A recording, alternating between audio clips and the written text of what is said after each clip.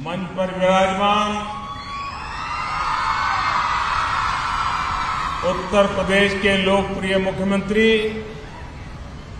श्रीमान योगी आदित्यनाथ जी, इस कार्यक्रम में उपस्थित हमें आशीर्वाद देने के लिए आई हुई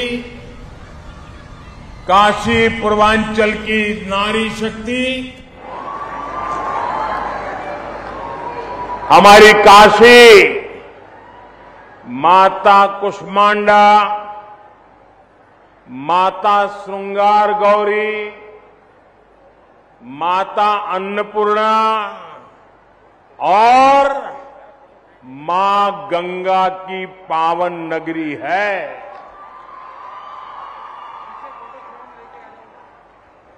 यहां के कण कण में मातृशक्ति की महिमा जुड़ी हुई है। विंध्यवासिनी देवी भी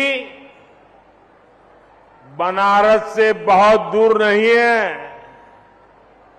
काशी नगरी देवी अहल्याबाई होलकर के पुण्य कार्यों और प्रबंध कौशल की भी साक्षी रही है। इसलिए संसद में नारी शक्ति वंदन अधिनियम जैसा ऐतिहासिक कानून पास होने के बाद सबसे पहले काशी में आप सबके आशीर्वाद लेने आया हूं और ये मेरा सौभाग्य है कि इतनी बड़ी तादाद में आप हमें आशीर्वाद दे रहे हैं। संयोग से कुछ ही समय में दुर्गा पूजा का उत्सव भी शुरू होने वाला है। बनारस में जगह जगह दुर्गा पंडाल की तैयारी चल रही है। नारी शक्ति वंदन अधिनियम ने इस बार नवरात्रि के उत्साह को और भी कई गुना बढ़ा दिया है। इस कानून से देश के लिए महिला विकास के नए रास्ते खुलेंगे। लोकसभा और विधानसभा में महिलाओं की उपस्थिति बढ़ेगी। मैं उस उपलब्धि के लिए आपको भी और देश भर की माताओं बहनों को आज काशी की पवित्र धरती से हृदय से बहुत बहुत बधाई देता हूं। मेरे परिवारजनों, नारी का नेतृत्व बाकी दुनिया के लिए एक आधुनिक व्यवस्था हो सकती है, लेकिन हम तो महादेव से पहले मां पार्वती और गंगा को प्रणाम करने वाले लोग हैं। हमारी यही काशी रानी लक्ष्मीबाई जैसी वीरांगना की जन्मभूमि भी है। आजादी की लड़ाई में लक्ष्मीबाई जैसी वीरांगनाओं से लेकर आधुनिक भारत में मिशन चंद्रयान को लीड करने वाली महिला वैज्ञानिकों तक नारी नेतृत्व का सामर्थ्य क्या होता है, ये हमने हर कालखंड में साबित किया है। आप नारी शक्ति वंदन अधिनियम को ही लीजिए। 3 दशकों से ये कानून लटका हुआ था, लेकिन आज ये आपकी ही ताकत है कि सदन में, संसद के दोनों सदनों में ऐसी ऐसी पार्टियों को इसका समर्थन में आना पड़ा जो पहले इसका भरपूर विरोध करते थकते नहीं थे। और इसलिए आप माताओं बहनों में जो जागरूक बनी है, आप एक बनी है, एकजुट बनी है, ये हिंदुस्तान की सभी राजनीतिक पार्टियां अब आपसे डर रही हैं, कांप रही हैं और इसीलिए बिल पास किया है। ये आपकी ताकत है। अब नारी शक्ति वंदन अधिनियम रिकॉर्ड वोटों से पारित हुआ है और आपके आशीर्वाद से इसका सौभाग्य आपके काशी के एमपी को मिला है। मेरे परिवारजनों, बीते 9 वर्षों में हमने महिलाओं के पूरे जीवन को, उनके सपनों को केंद्र में रखकर काम किया है। अभी मंच पर जो माताएं बहनें मुझे आशीर्वाद देने आई थी, किसी को कैंसर में मदद पहुंच गई, किसी को किडनी की बीमारी थी, मदद पहुंच गई, किसी को घर मिल गया, किसी रेहड़ी पटरी वालों को बैंक से लोन मिल गया। वे इतने भाव विभोर थे कि माताओं बहनों के लिए जो काम हो रहा है वो देश की शक्ति बढ़ा रहा है। बनारस में 2,30,000 से ज्यादा महिलाओं को 2,30,000 से ज्यादा उज्ज्वला योजना का लाभ मिला है। उज्ज्वला योजना की लाभार्थी महिलाओं को अब प्रति सिलेंडर सरकार से 400 रुपये की सब्सिडी भी मिल रही है। भाजपा सरकार के दौरान यहां बनारस में पीएम आवास योजना के तहत 75,000 पक्के घर बना के गरीबों को दिए गए हैं। इनमें से ज्यादातर घर आप हमारी महिलाओं, माताओं, बहनों के नाम पर है। आप भी जानती हैं कि हमारे यहां महिलाओं के नाम संपत्ति रखने की परंपरा कम ही रही है।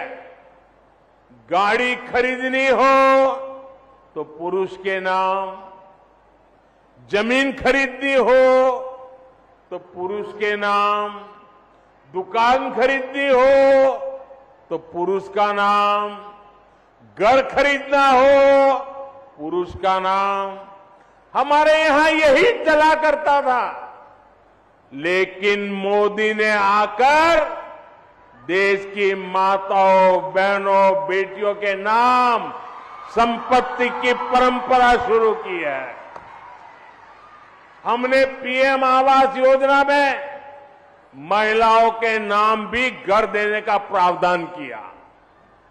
इस वजह से आज काशी में भी हजारों महिलाओं के नाम अब घर की रजिस्ट्री हुई है।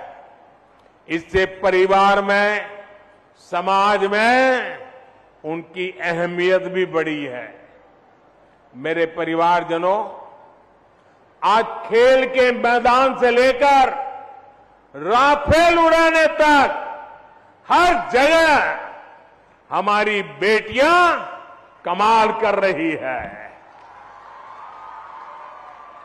जब महिलाओं को समान अवसर मिलते हैं तो विकास को कितनी गति मिलती है, हमारा बनारस इसका साक्षी है। हमने मुद्रा योजना शुरू की। बनारस में हजारों महिलाओं को मुद्रा योजना से लाभ मिला। यहां हैंडीक्राफ्ट का काम हो, सिल्क की कारीगरी हो या आचार बनाने जैसे गृह उद्योग हो, महिलाएं बड़ी संख्या में इनसे जुड़ी है। मुद्रा योजना के सहयोग से इन उद्योगों को नई ताकत मिली है। कितने ही छोटे बड़े उद्योगों जो बंद होने की कगार पर थे, आज उनके प्रोडक्ट देश दुनिया के बाजार में पहुंच रहे हैं। बनारस और पूर्वांचल में बड़ी संख्या में महिला स्वयं सहायता समूह भी तैयार हुए हैं। ग्रामीण क्षेत्रों में सेल्फ हेल्प ग्रुप के जरिए महिलाएं परिवार के हालात सुधार भी रही है और साथ ही स्थानीय अर्थव्यवस्था को भी गति दे रही है।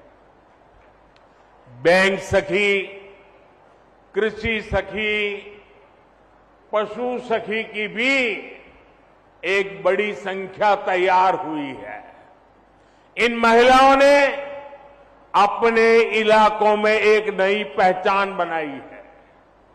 लोगों को पता है कि कोई समस्या है, कोई जानकारी चाहिए तो ये महिलाएं रास्ता दिखाएगी। स्वनिधि योजना का लाभ भी कई महिलाओं को मिला है। बनारस में पर्यटन से रोजगार मिलता है, उसमें महिलाओं की भागीदारी बहुत ज्यादा बढ़ रही है।